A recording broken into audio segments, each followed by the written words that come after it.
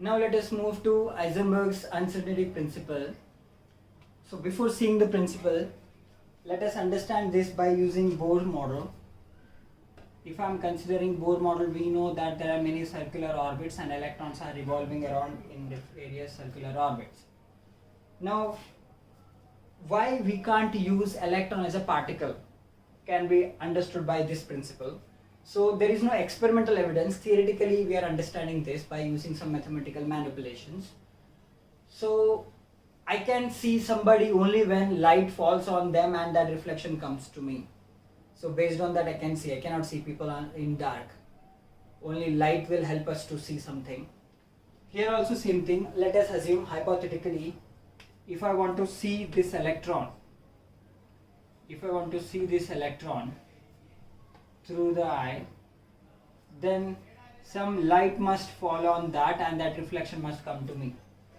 So some light, definitely visible light must fall, because if I want to see, then I can see only visible light. So visible light must fall on that and that the reflection comes to me, then based on that I can see that electron. This is what hypothetically we can do. Now if it is electron is a particle, then this is the situation. Now look at the problem associated with this. Light goes with the speed of 3 into 10 raised to 8 meter per second. That of electron in an hydrogen atom present in first shell moves with the speed of 2.18 into 10 raised to 6 meter per second. So this is the speed of an electron present in first orbit of hydrogen atom. We know the velocity formula. So if you look at this, 10 raised to 6 and 10 raised to 8, 100 times less, but still it is faster than any fastest car or anything like, which we can see. Even fastest car we can see, because its speed is not so high that it is overcome or it is near to that of light. That's the reason why even the fastest car can also be seen. And sometimes if it is so fast that we cannot see, that's a different story. But in this case, if you see, the speed of light is almost the same as that of 100 times less than that of light. That means when light falls on that and the reflection comes to me, so it will also take time, like this 3 into 10 raised to 8 meter per second. But by that time this electron will move to some other location because its speed is also very high. So whatever reflection I get the reflection of electron which was present here. But the moment it reached my eyes, by that time that electron might have gone somewhere else, because it is not stationary. Electron is moving inside the atom. That means whatever reflection I got, this I can say as the measured position of electron. Measured position of electron. Let me just use symbol as x measured. X stands for position and measured position. But the actual position is somewhere else. So this is actual position of electron. I'm just assuming that it might have gone till here. It may be anywhere here. Then what happens? There is an error. There is an error in the measurement of position. So the smallest particle like electron, which is moving almost with the speed of light, whose position cannot be measured properly. Whatever position we have measured, that is not at all true, because before reaching our eyes it might have shifted somewhere else, and thereby we won't get the actual position of electron. Now it is not the only case here we get. There is one more situation. When light falls on the electron, unlike us, when light falls on us, we don't absorb light. But on the other side, we know that in Bohr model we have seen that some specific energy might be absorbed by electron, and electron get excited to some other orbit. Now out of whatever light I have applied on that might have absorbed some amount of energy, and thereby they might have excited to some other level. And this apart, whatever energy absorbed, other light will be reflected here, and that reflected light will reach me.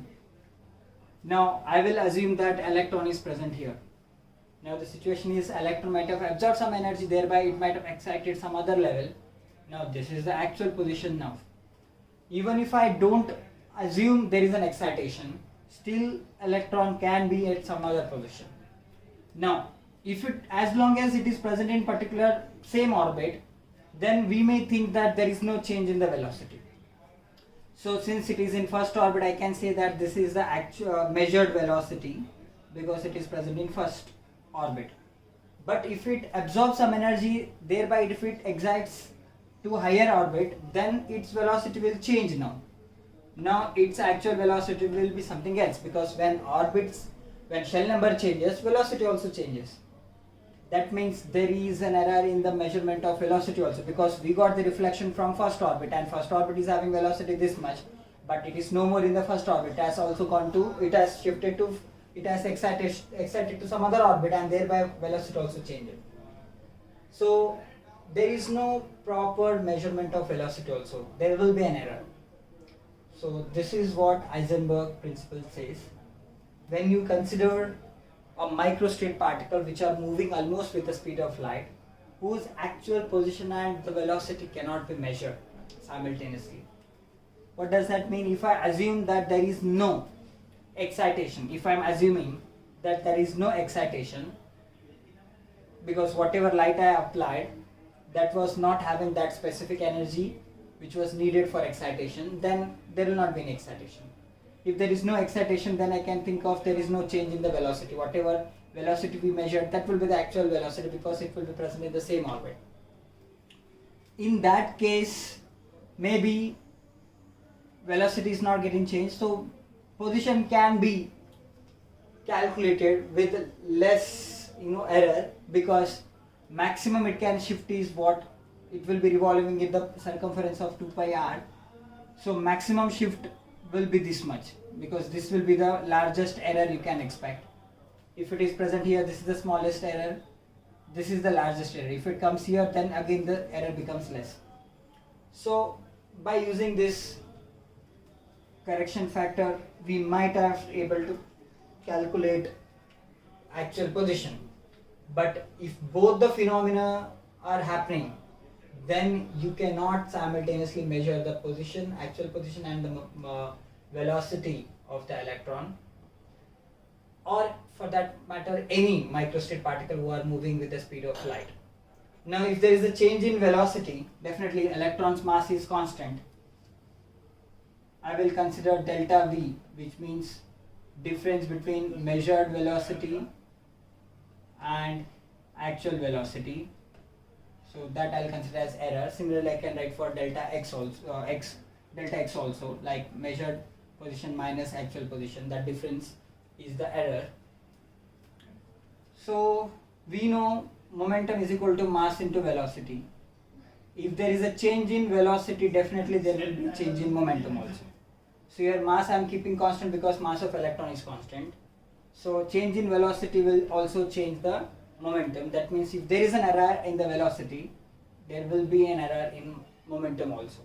So this is what stated in Heisenberg's uncertainty principle. It states that actual position and momentum of any microstate particles.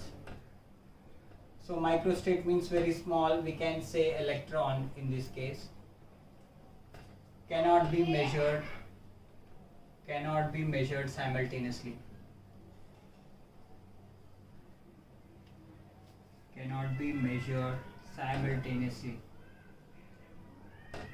So this is an error. If I consider electron as a particle, then this is the problem, because when we consider something as particle, that must obey this physics law. And in this case, electron is not obeying physics law because it is moving almost with the speed of light. Now its nature is more like wave there rather than a particle. If I consider something as wave, then finding its position is irrelevant. Why? Because we cannot find the position of light, because light is present everywhere. Similarly, when we consider electron as a wave, then we can consider electron is present almost everywhere inside the atom. So that assumption can be done. when we consider electron as a particle, then these all must obey there. It is not obeying, so that means considering electron as a particle is not helping us anyway to understand when we try to understand atom. Now what is said, so depending on the maximum error or minimum error, because sometimes this is also very like, what light we supply on this, based on that electron can excite anywhere inside the atom, or it may eject out of the atom also. So depending on that, how much error is going to happen, that cannot be said properly. But what is said is, if x is the position in the x is the position of electron, and v is the velocity of electron, I'll write delta x as error in the measurement of position.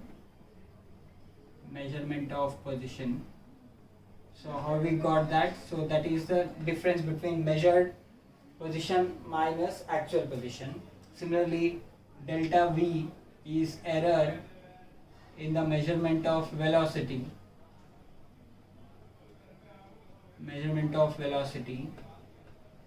So similarly,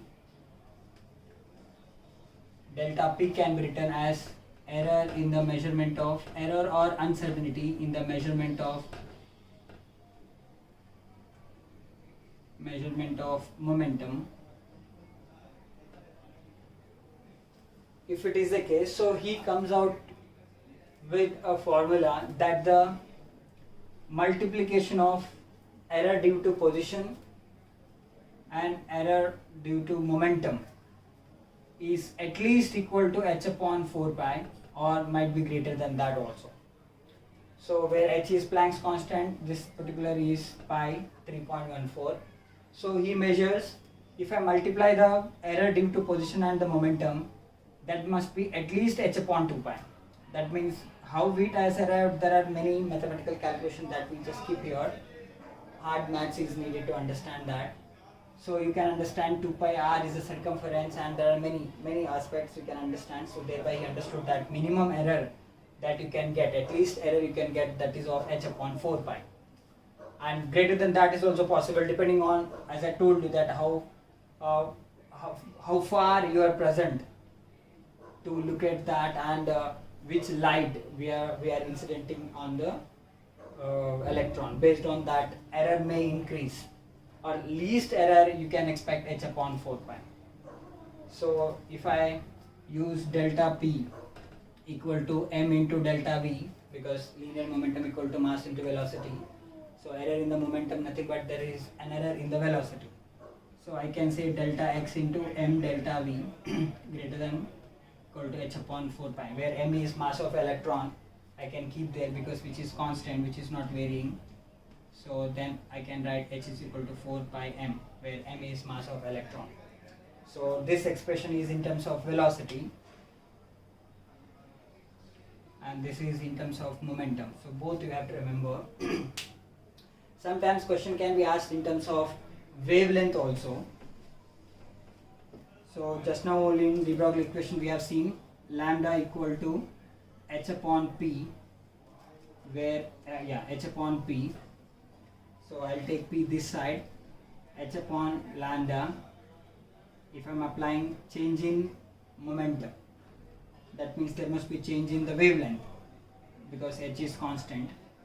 So if I differentiate, 1 upon lambda is minus 1 upon lambda square into delta lambda. So this I can substitute there. So then it becomes delta x into delta p is minus h upon lambda square. So before that, since this difference is important for us, I'll take mod lambda square into delta lambda. So this will give us positive difference. We are interested in the difference. So if I now substitute delta x instead of delta p, I'll write h upon lambda square into delta lambda is greater than equal to h upon 4 pi, where I'll take h upon lambda that side. So h will get cancelled, lambda square will go there. So this will become delta x into delta lambda is equal to lambda square divided by 4 pi. So this is another expression. Error in the wavelength can be measured by using this. There is one more equation where derivation is not needed, that is uncertainty in terms of energy and time. So delta E into delta T is greater than equal to h upon 4 pi. So this also you just remember energy and time. So here how much time it is taking and how energy difference. We know that if there is a shifting of orbits, then there will be a change in energy also, and the time lag also can be found out. So hard maths is needed to understand that. So we can straight away remember this formula: change in energy, change in time. So this is delta T is greater than equal to h upon 4 pi. This is delta